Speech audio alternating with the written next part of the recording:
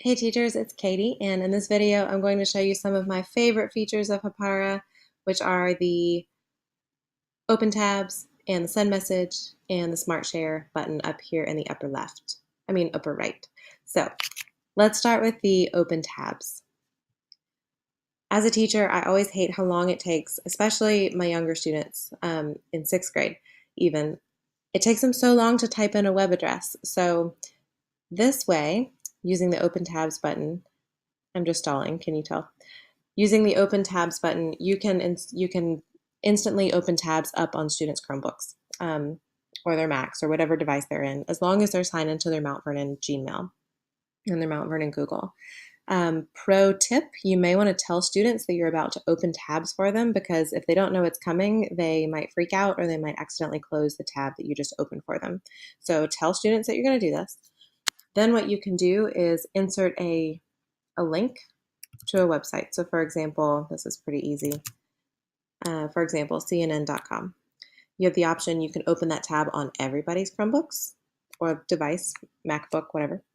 You can open it for certain students, or if you've set up groups, you could set up just certain groups. You can also focus browsing, which means if you turn that on, you've got some options. In my case, maybe I've got, as like a bell ringer activity, I just want students to read current events for 7 minutes. So I might choose that they can go anywhere within CNN.com. If you have specific links that you want them to look at, though, maybe you don't want them clicking around CNN or a big website like that. Maybe you just want to focus them into like the homepage, so you could select that.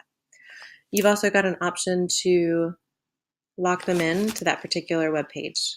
And it looks like we've got some increments of time. So my 7-minute example was a bad example. I might have to pick 10 minutes here. Okay. And then at the end of the session, I like to keep this checked, because whatever a student was working on, at the end of our focused browsing session, it's going to come back up. Finally, you have a chance to schedule the browsing.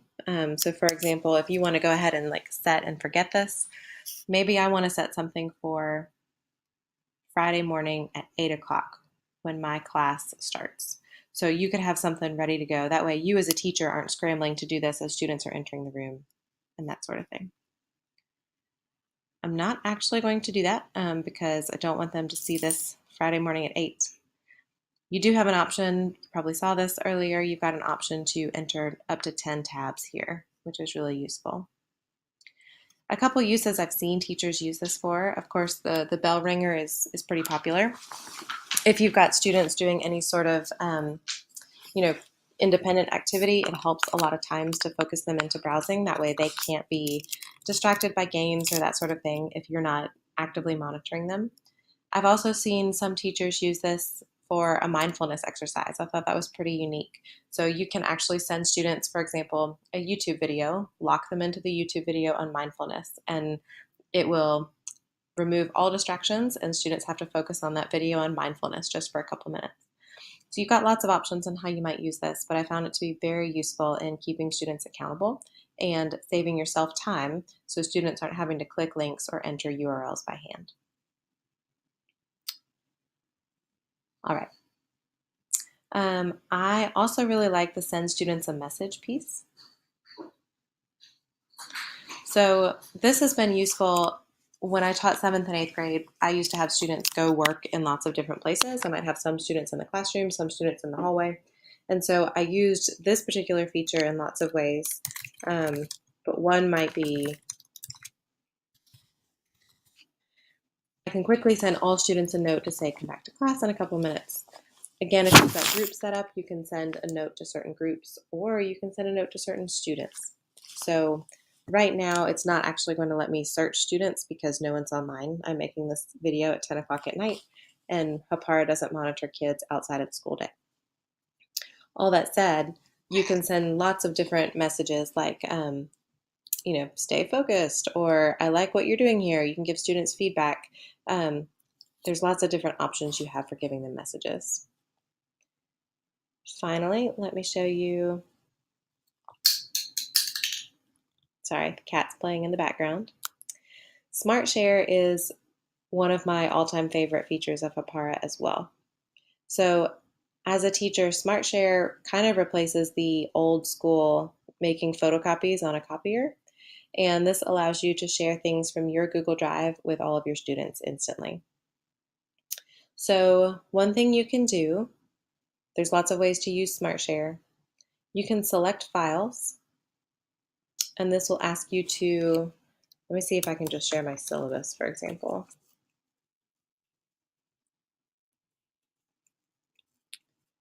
All right, here we go. One thing you may want to consider doing when you share a Google Doc or a Google Slide or whatever is to have it append the name. That means it's automatically going to put the student's name on that Google Doc or slide or whatever. So when my syllabus goes into each student's Google Drive folder, Hapara can actually change the name of that document and put each student's individual name on their copy.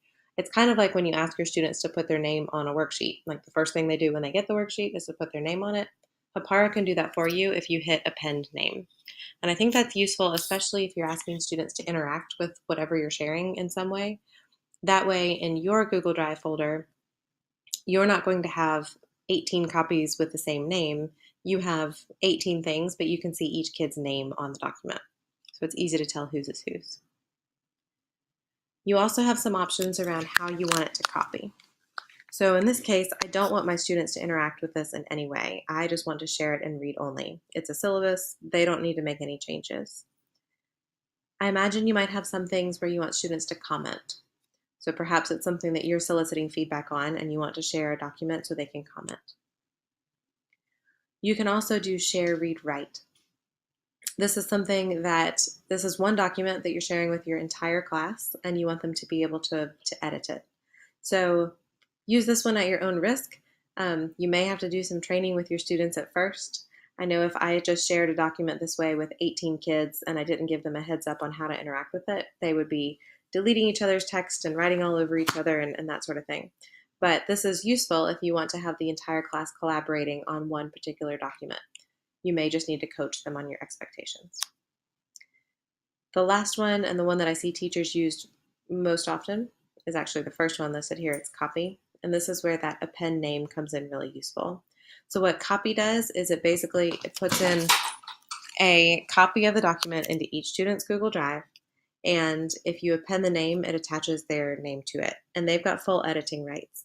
So think of this as like your worksheet, or if you're asking students to complete notes or a graphic organizer or something like that, you're essentially giving them a template of a Google Doc. If you click append name, Hapara attaches their name to it, and then they've got their own copy of the document to work on and edit and change.